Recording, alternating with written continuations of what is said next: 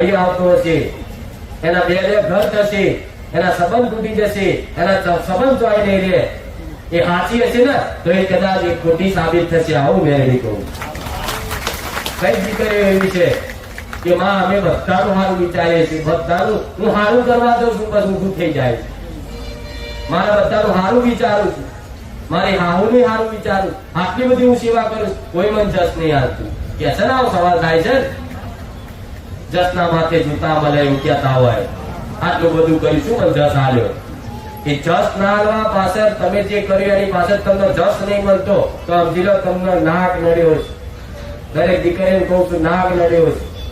નાક નડવાનું કારણ એ જ તમે તમારા પિયરમાં રહેતા હોય, 5 દાડા 7 દાડા તમારા બાપના માના કહેવાથી ધર્મ નહીં પાલન કર્યું હોય ને, અને નાગને જેટલો પરસાવો પડે, નાગને જેટલી તકલીફ પડી હશે ને એ તમારા સાસરી ભોગવ્યા વગર છૂટતો નહીં.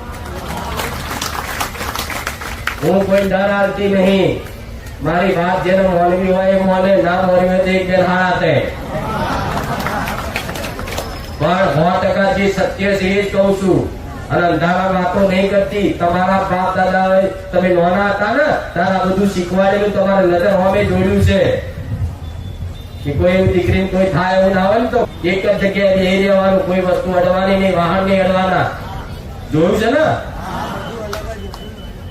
તો આ બધા ઘોડા હતા પેલા ગઈ ગયા, એમને કોઈ માથા ચડતા હતા. આપની દીકરીઓ જેવા માથા ચડે છે, રોજ ગોળીઓ ખાવી પડે માથાની, એ માથા ચડતા હતા પેલા.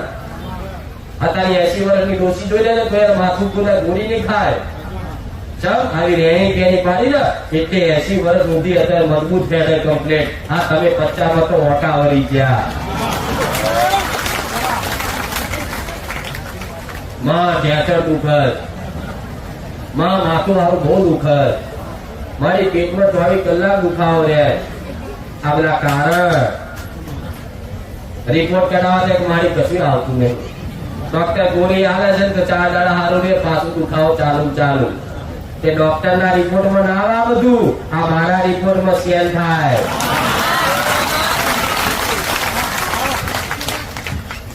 હા તો ખોટું?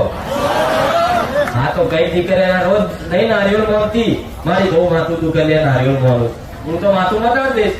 માથું મટી જાય ને પાછું પેટ ચાલુ થાય. મારી તારી ગયા ત્યાં માથું તો મટી ગયું, પણ પેટમાં મારી હમણાંથી ચાલુ થયું તો મેં માથું મટાડ્યું તો મહારાજે પેટ દુખાવો ચાલુ કરે. લે કાલ ફરી માનતા રાખો એક શ્રીફળ આલો, પેટ દુખાવો મટી જાય ને તો સારું.